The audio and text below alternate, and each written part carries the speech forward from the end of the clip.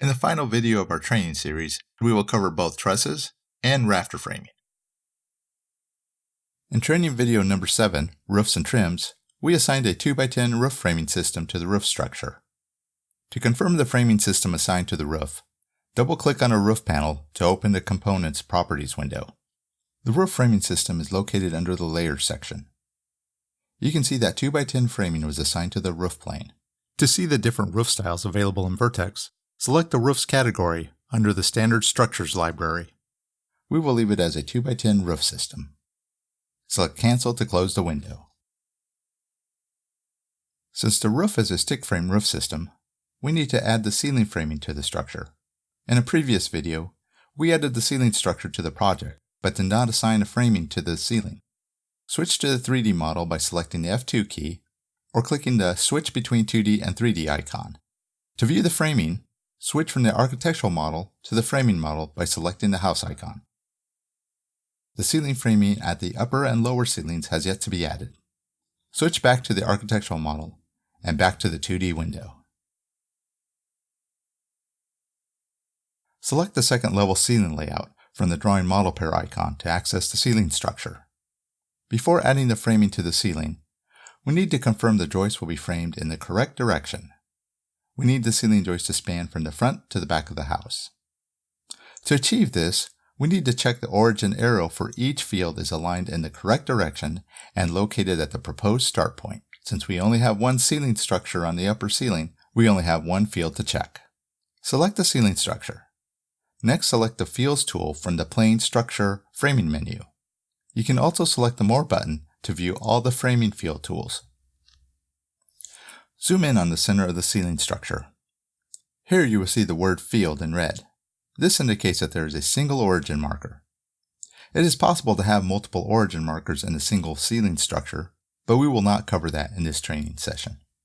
In addition to the field text, an origin arrow is centered in the ceiling structure. In my project, my origin marker is located in the upper left corner of the ceiling. To move the arrow, select it and then select the middle grip point. To change the direction of the arrow while it is selected, use the keyboard arrow keys to adjust the direction of the arrow. Or right mouse click and select horizontal, vertical, or select direction to align the joist to another direction. Set the origin marker at an exterior framing corner. This is where the first ceiling joist will be placed. Right-click and select Exit to unselect the origin marker. To adjust the ceiling framing parameters, select the ceiling structure and then choose Framing Tools from the Plane Structure menu, or right mouse click and select Framing Tools from the Context menu. Similar to wall framing, the ceiling also has a set of framing rules. In this example, the ceiling is a 2x8 ceiling framing system. Change the spacing to 24 inches on center under the Framing General tab. There are also settings for changing the joist, side joist, header joist. Leave the profile sizes to match the framing assigned in the Framing tool. Under the Direction and Alignment tab, leave it as is. This was adjusted when we modified the origin arrow. Under the Insulation tab, you can assign insulation to the ceiling framing. I will leave it as is and select OK. With the ceiling structure selected, click on Generate Parts from the Plane Structure menu to add the framing. Vertex then goes through the process of adding the ceiling framing to the model. To add labels to the joist and create a ceiling schedule, select the Output tab, Profile Schedule. Select Ceiling Joists in the Select Group window. Adjust the settings for the labels and schedules in the Piece Schedule Parameters window. From this window, add or remove labels, schedules, and piece drawings. Adjustments can also be made to change the presentation of these items. To add labels and schedules, confirm the box is checked for both labels and schedules, as well as the Add Radio buttons. Select OK to leave the settings as they are. Vertex then adds the labels to the ceiling joist. You'll notice the material schedule is linked to the cursor. Go ahead and place the material schedule anywhere next to the model. The material schedule includes information like the piece ID, quantity, material and length, and any angle cut information. To select components or individual piece members, they can be selected directly in the model or selected from the model browser. Select the Model tab in the lower left corner to switch to the model browser. Select the ceiling framing components or individual framing members from the browser by expanding the framing component branch to reveal the individual framing members.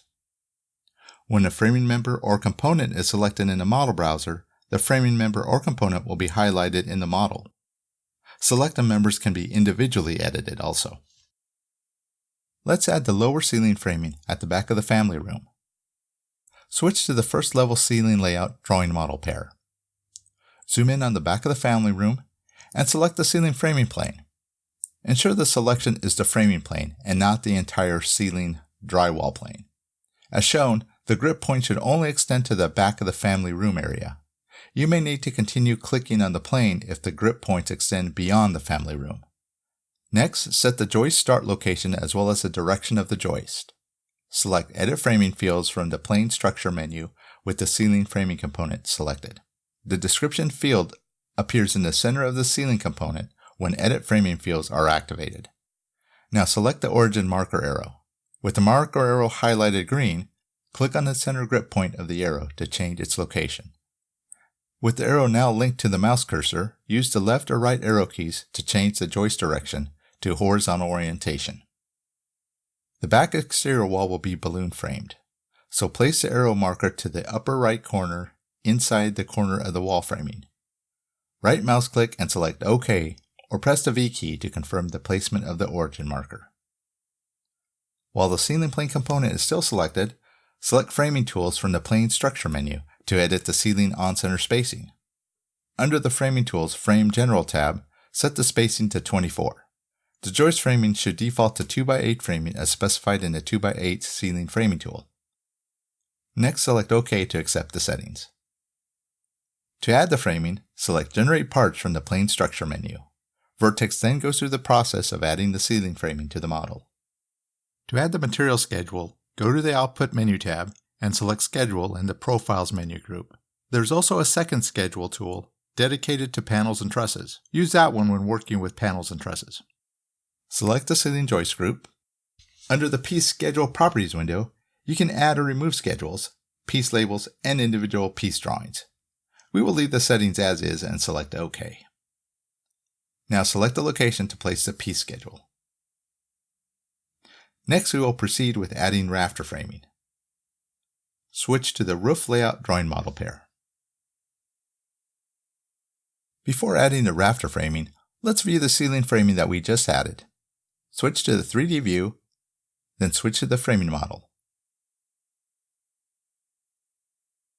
In the 3D view, you can see the ceiling framing for both the upper and lower levels.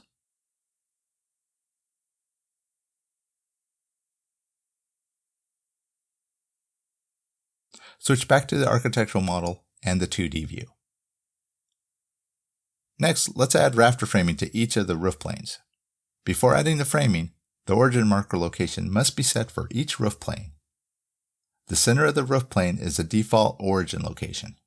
Select the roof plane to move the origin marker to its specific location. Select Edit Framing Fields from the Plane Structure menu. The word field will be visible in the center of the roof plane, along with the origin marker arrow. Select the arrow and then select the middle grip point to move the arrow. Place the arrow at the upper left exterior wall framing corner. Note, if you wish to place the arrow at a specific distance inward from the corner, use the Q offset feature. Right mouse click, select OK, or press the V key to confirm the location of the origin marker. Follow the same steps for the opposite main roof plane. Place the origin marker arrow at the lower left exterior corner so that the rafters on each plane line up.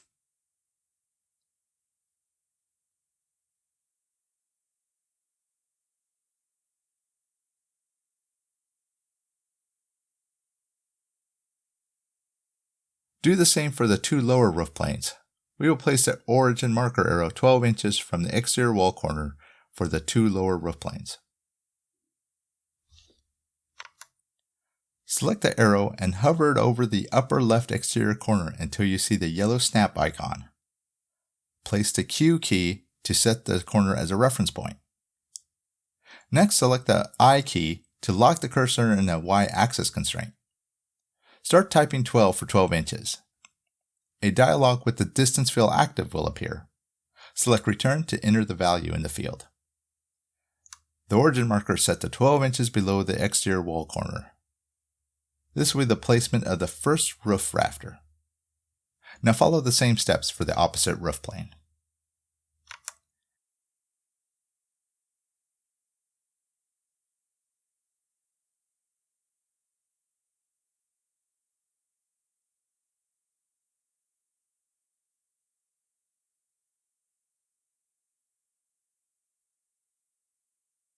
Now that the origin marker locations have been set for each roof plane, the next step is to adjust the on-center spacing for the rafter framing.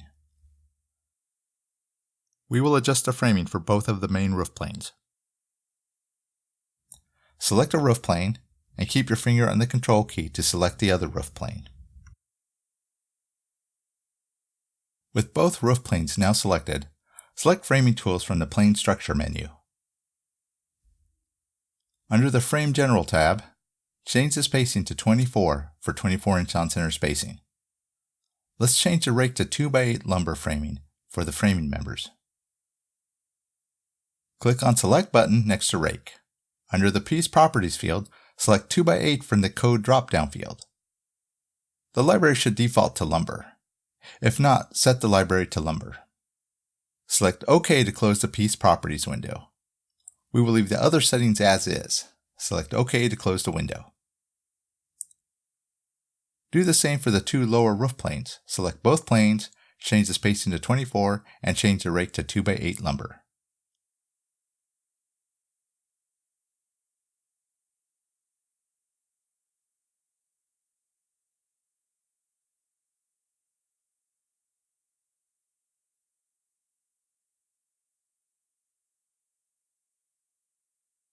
With the two lower roof planes selected, select Generate Parts from the Plane Structure menu to add the framing to the roof planes. Select the two main roof planes and select Generate Parts from the Plane Structure menu to add the framing to the main roof planes. Both rafters and roof sheathing are applied to the roof planes. Now view the model in 3D. Switch to the 3D view and change to the framing model. Rotate the model to get a view of the framing from different angles. You can also individually select sheathing panels. Use the model panel to hide the roof sheathing. In the model browser, select the sheathing branch under one of the roof plane structures. Right mouse click and select Hide from the menu. This will hide all the sheathing components under the selected roof plane.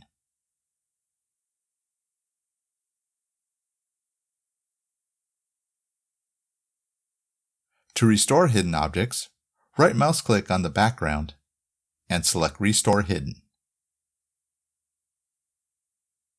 View the rafter framing at the lower roof. Hide the roof sheathing. First select the sheathing. In the model tree, select the sheathing component for the roof panel, then right mouse click and select Hide.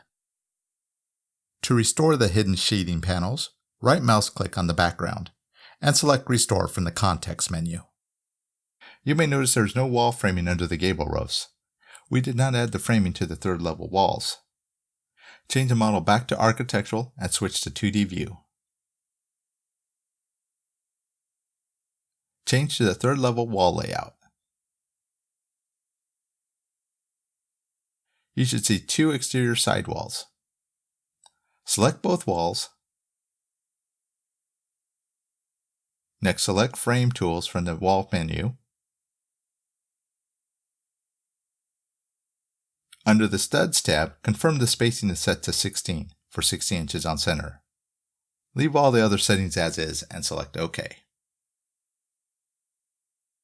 With both walls selected, select Generate Panels from the Wall menu. Leave the wall panel settings as is and select OK to add the wall panels. Wall panel labels are now applied to the drawing. To apply framing to the walls, select the panel labels and select Generate Parts from the panel menu. Vertex now adds a framing to the walls. Return to the 3D view and change the model to framing to view the new framed walls. Hide the roof sheathing to see all the framing underneath.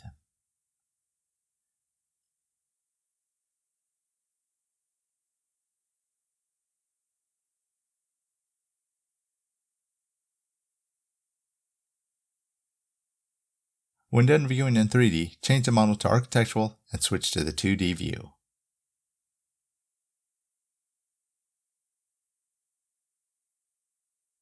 Let's add the material schedules for the rafter framing and roof sheathing. Select the Output tab and Schedule located in the Profiles group. Select Rafters in the Select Group window. In the Piece Schedule Parameters window, confirm the checkboxes for both labels and schedules are checked, and the Add Radio buttons for both are selected. Select the OK button. Vertex then labels the rafters. Now select the location to place the rafter material schedule. The rafter schedule displays the piece ID, quantity, material, description of the piece, the length of each piece, and angle cuts. Identical rafters will be assigned the same ID.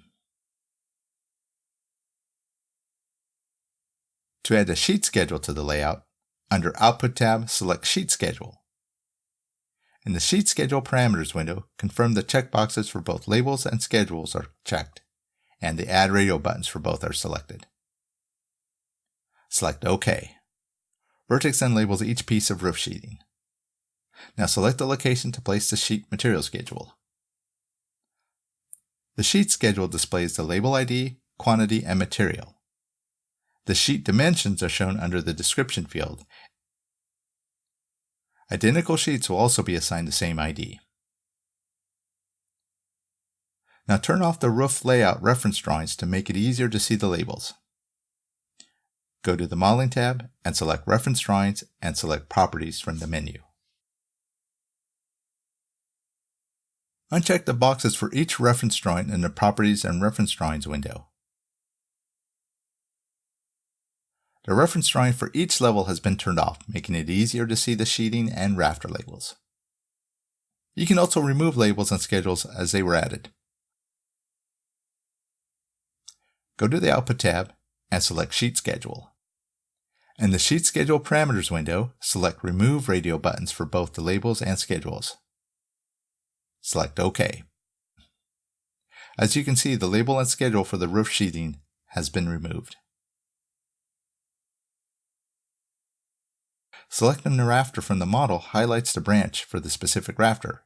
You can also select a rafter from the model tree, and it will highlight the rafter in the main window. The same can be done for the roof sheathing. Select the sheet from the model tree, and it will highlight the selected sheet in the main window.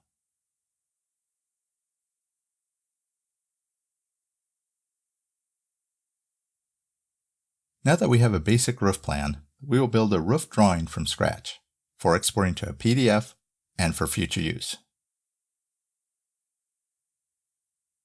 To create a drawing, select Drawing Sheets, which are found under the Output tab. Predefined sheets can be used to create drawings for elevations, floor plans, framing plans, electrical plans, and other drawings. The predefined sheets are listed to the right of the Drawing Sheets window. We will create a new drawing sheet to be added to the predefined sheets list when finished. Select the New button to create a new drawing sheet. In the Project Document Information dialog, add a file name and a title to assign to the drawing sheet.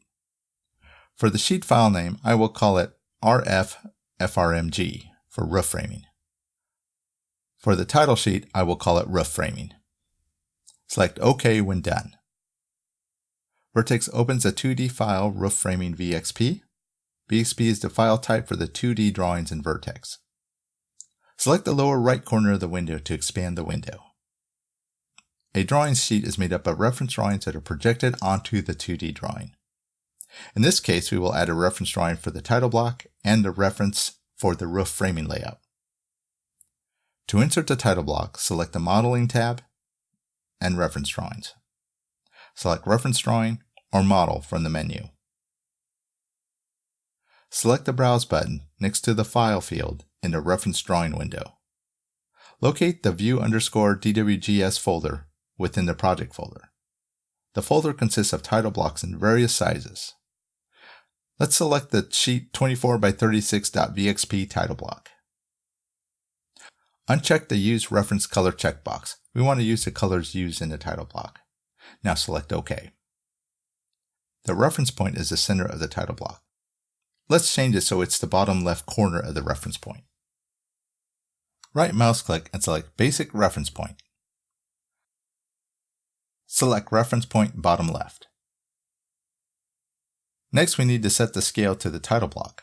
Right mouse click and select K icon for Set Scaling Factor. The title block is drawn at full scale 24 by 36. Set the scale to FS for full scale. Other scale factors are available if the reference drawing needs to be scaled to another size. Select OK to set the scale. Next, let's place the reference drawing. Select the center of the origin marker to place the corner of the title block. Now that we have the title block in the drawing limits must be modified to match the title block sheet size. Right mouse click on the background and select the drafting settings. Under the drawing limits, click on Select Box. Select the bottom left corner of the drawing sheet to set the drawing limits. Next, select the upper right corner of the drawing sheet. The drawing limits have been adjusted to the 24 by 36 sheet size. Notice that the plan title marker does not reflect the title and scale of the drawing. The information is updated when the sheet is generated. Next, the roof layout needs to be added to the sheet. Go to the Output tab and select Add Drawing to Sheet. Select Floor Plan Drawing. Other options include adding elevations, sections, perspective views, and other project drawings. In the Select Drawing dialog, click on the Roof.vxp radio button to select the roof drawing. Before placing the drawing on the sheet, right mouse click and select the scale icon to scale the drawing. Since the model is drawn at full scale, we must reduce the scale so that the drawing fits on the 24 by 36 sheet. Select FS for full scale to 1/4 inch so it fits on the sheet. Place the drawing on the sheet and select the Escape key to end the command. Select the Save icon or go to the File, Save to save the new roof drawing sheet. Now close the drawing window. To create a layout using the new roof drawing sheet, go to the Output tab and select Drawing Sheets. Select the RF framing sheet listed under the Sheets panel and select OK. A new drawing is created using the latest roof drawing sheet. You'll see that the title is updated to show the correct information.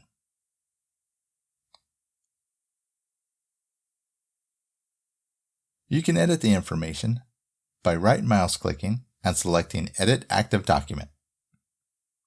Edit information such as a drawing title, scale, sheet, page numbers, and other information.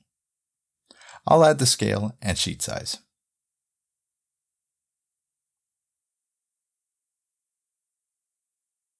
The plan title and title block have been updated to include the new information.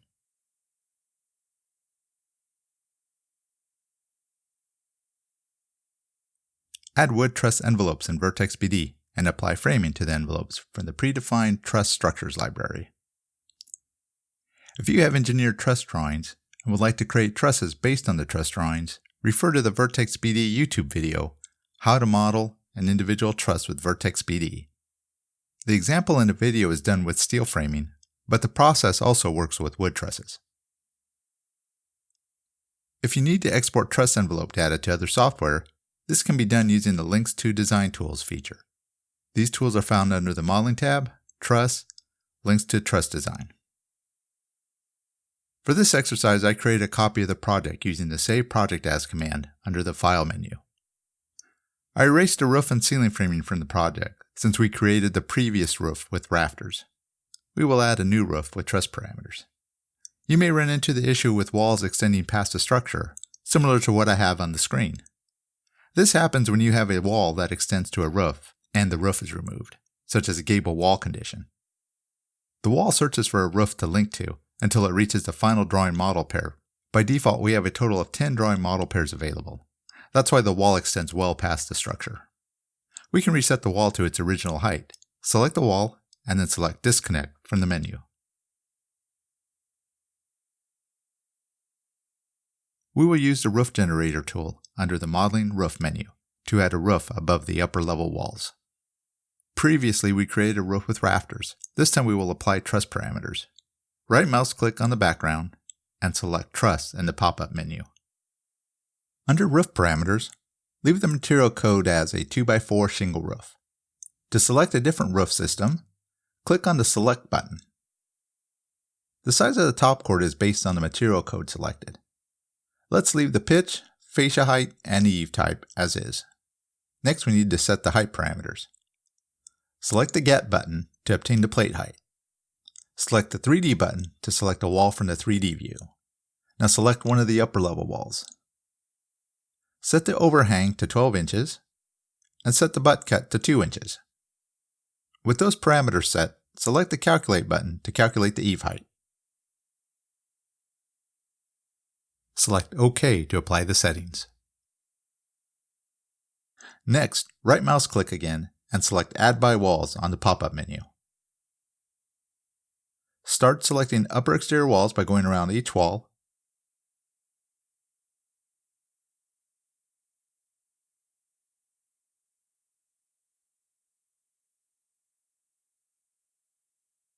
Keep selecting walls if the initial selection is not valid. Right mouse click or select the V key after you have selected the upper walls. A sketch roof is then added to the model. Select Escape to end the command. Before converting the sketch roof to surfaces, we need to change the hip ends to gables. Select the sketch roof and then move the cursor over the grip point on one of the hip eaves. Right mouse click and select Change Gable Type to Gable. Do the same for the other hip end.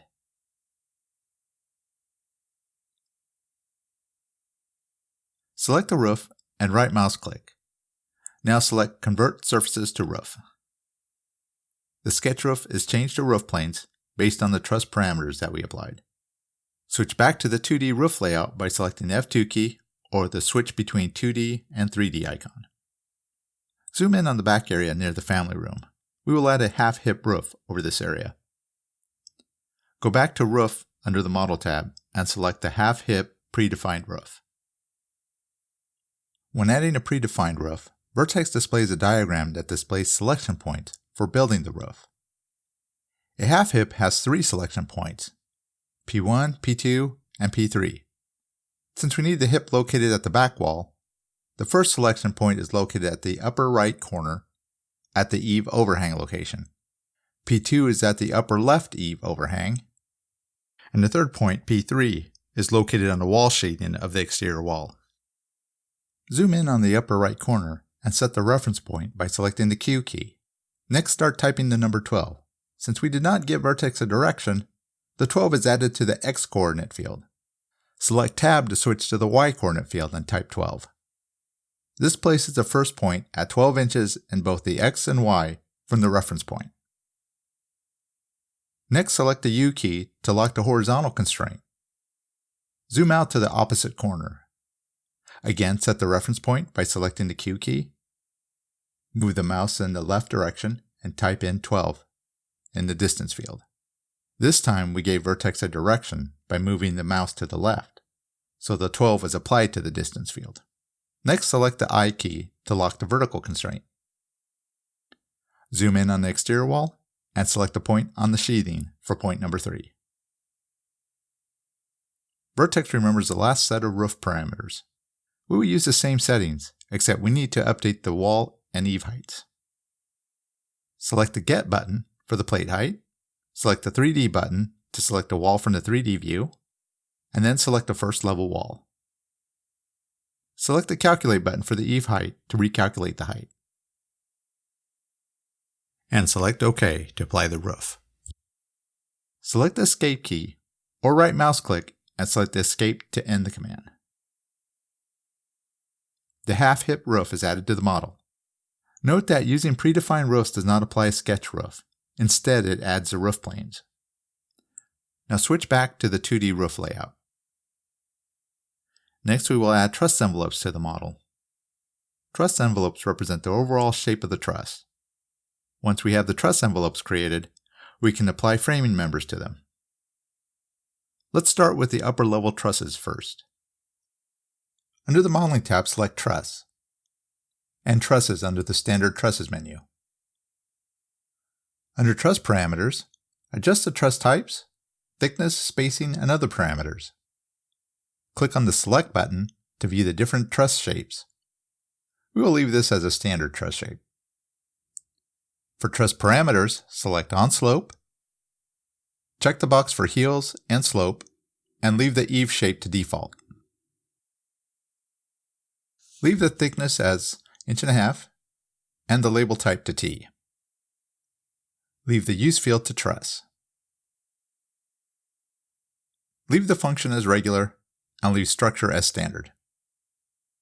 Keep the spacing at 24 inches on center and leave all the other settings as is. Select OK to close. Next, we need to pick the truss line points. The trusses will span front to back. Trusses will run from left to right and will be placed at 24 inches on center per our parameter settings. Select the start point on the left exterior wall framing. Then select an end point on the right exterior wall framing. Next, select the above slopes. Select the 2 upper roof planes. Keep your finger on the control key to select the second roof plane. Right mouse click and select OK. Next, we need to select the below slopes. Since there are no below slopes on the roof, we will need to add a plane that represents the bottom chord of the trusses. Right mouse click and select Define Limiting Plane. In the Plate Height window, select the From Wall button to obtain the height from a wall. Next, select the 3D button for the 3D view. Now select one of the upper level walls. Select OK to close the Plate Height window. We could pick each of the 4 corners to add the limiting plane, but I'll use the 2-point shortcut. By selecting the 2 points on the diagonal corners, Vertex uses the points as the corner limits for rectangular and square planes. Zoom in on the lower left wall framing corner and pick the exterior corner point of the wall framing. Now zoom in on the upper right wall framing corner at the upper level walls and pick the exterior corner point of the wall framing. Right mouse click and select OK to end the selection. Select the V key or right mouse click and select OK to select the limiting plane. Next, you are prompted to select the bearing components. Since there are no bearing components on the roof level, select the V key or right mouse click and select OK. Vertex adds the truss envelopes and labels to the model. Now select the Escape key or right mouse click and select Escape. Switch to the 3D view and hide the roof planes to view the truss envelopes.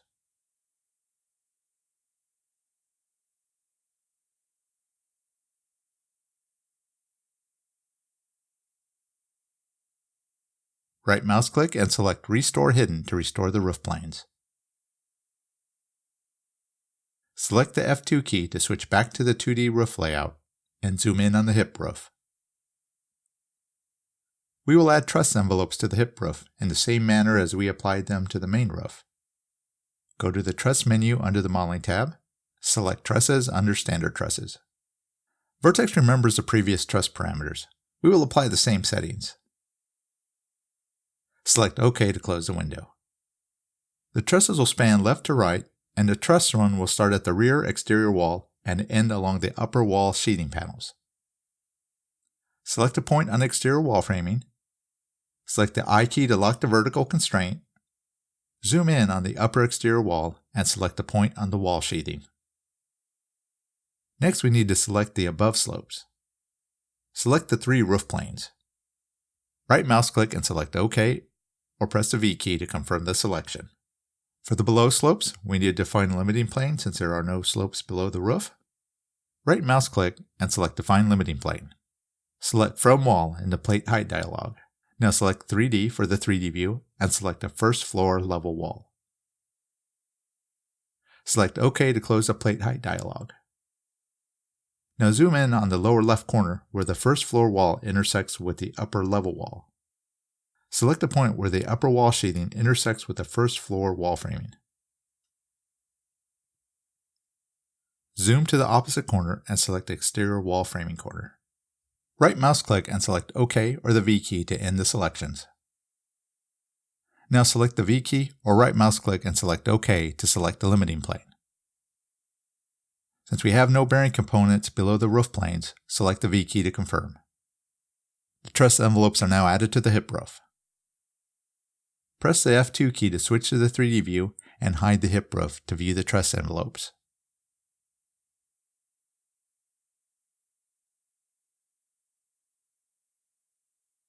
Now that we have the truss envelopes, the next step is to define the hip roof configuration. Restore the hidden roof panels and switch back to the 2D roof layout.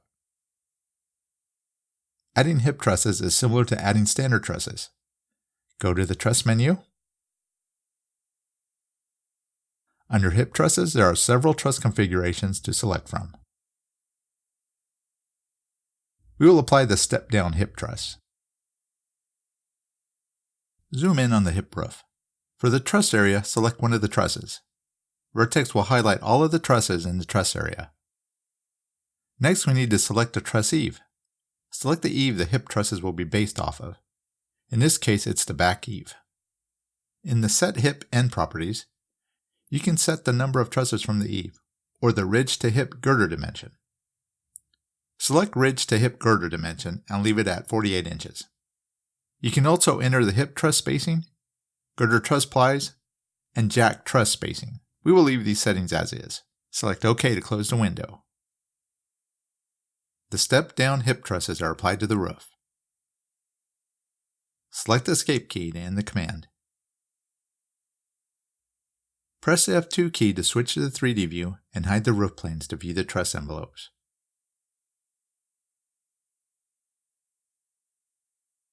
Restore the hidden roof panels and switch back to the 2D roof layout. Now that we have added all of the truss envelopes, you can export the truss envelope data to another software. Use the links to Truss Design exports under the Truss menu. To add the truss framing to the truss envelopes, apply one of the predefined truss structures. Let's add framing to the upper roof truss envelopes. But before we do that, we need to switch to the roof framing layout. This way we keep the truss framing members separate from the truss envelopes when viewing the model in 3D. Go to the Drawing Model Pairs icon and select Roof Framing. The drawing will still look the same, but any framing that is added to the drawing is inserted on the Roof Framing model pair. Go back to the Truss menu and select Truss Structures. In the browser, under Accessory Tools, Structures, is a library with different truss framing configurations that can be applied to the truss envelopes. There are standard truss, mono truss, and vaulted truss configurations to choose from. We will apply the Fink truss configuration to the upper truss envelopes. Under the regular truss window, you can select members for the top, bottom, vertical, and diagonal members. Note that this window will be different for each of the different truss structures. To change a member, select the drop-down field and select a member from the profile library. We will leave everything at 2x4 and select OK. Select all of the upper level trusses using a crossing window. Select the V key or right mouse click and select OK to confirm the selection. Framing and truss labels have been applied to each of the trusses. Trusses with the same configuration will get assigned the same label ID. To view the truss framing, select the F2 key and switch to the 3D view. Since we switched to the roof framing drawing model pair, the 3D view is in the framing mode. The truss envelopes are still part of the project, but they are stored in the architectural side of the model. Select the F2 key to switch back to the 2D roof framing layout. Adding the framing to the hip truss members is similar. However, you will need to apply a truss structure to envelopes with the same configuration. For example, select only flat top trusses or select only mono trusses when applying a truss structure. We need to apply the truss structures in phases. The T6 trusses are similar. The H trusses are flat top trusses. The mono truss structures can be applied to the other hip trusses. I'm going to remove the 4 short trusses at the corners.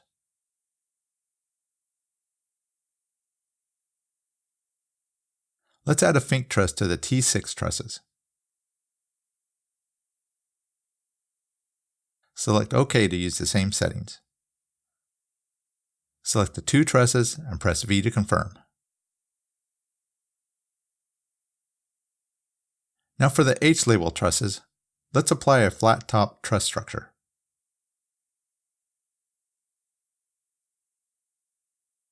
Again, select OK to use the same settings. And select the 2 trusses and press V to confirm. Do the same with the remaining trusses. Apply mono truss structure to the trusses.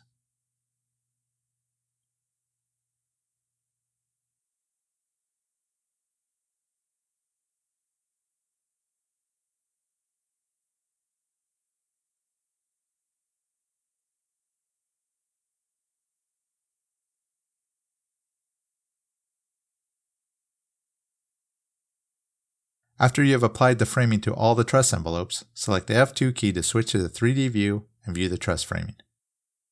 We now have framing applied to the hip trusses. Select the F2 key to switch back to the 2D view. Now that we have truss envelopes and truss framing, truss drawings can be created from these.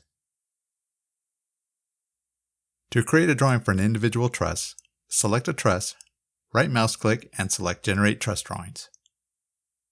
Under Panel Template Drawings for trusses, you can select from a truss envelope drawing, which only displays the outline of the envelope along with dimensions, or you can select a truss parts drawing. The truss parts drawing will show all the framing members, dimensions, and a piece list. Let's create a truss parts drawing. Select OK. Vertex now builds the truss drawings.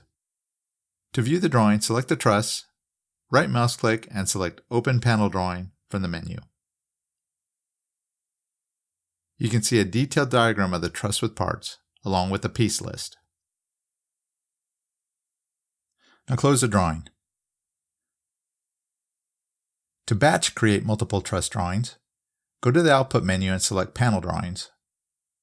The Element Drawings panel appears on the left side. The panel lists all other drawings in the project. The recently created truss drawings can be found under the Truss group. The drawing status will display OK if there's a truss drawing available, or it will display no drawing if a drawing has not been created. Select the first truss, keep your finger on the Control key and select the last truss. Right mouse click and select Create. The Panel Template Drawings for Trusses window appears. Next, select the type of drawing to create. I'll select the Truss Parts template. Select OK to build the drawings. You can open a truss drawing from the Element Drawings panel. Select a truss, right mouse click, and select Open to view the truss drawing.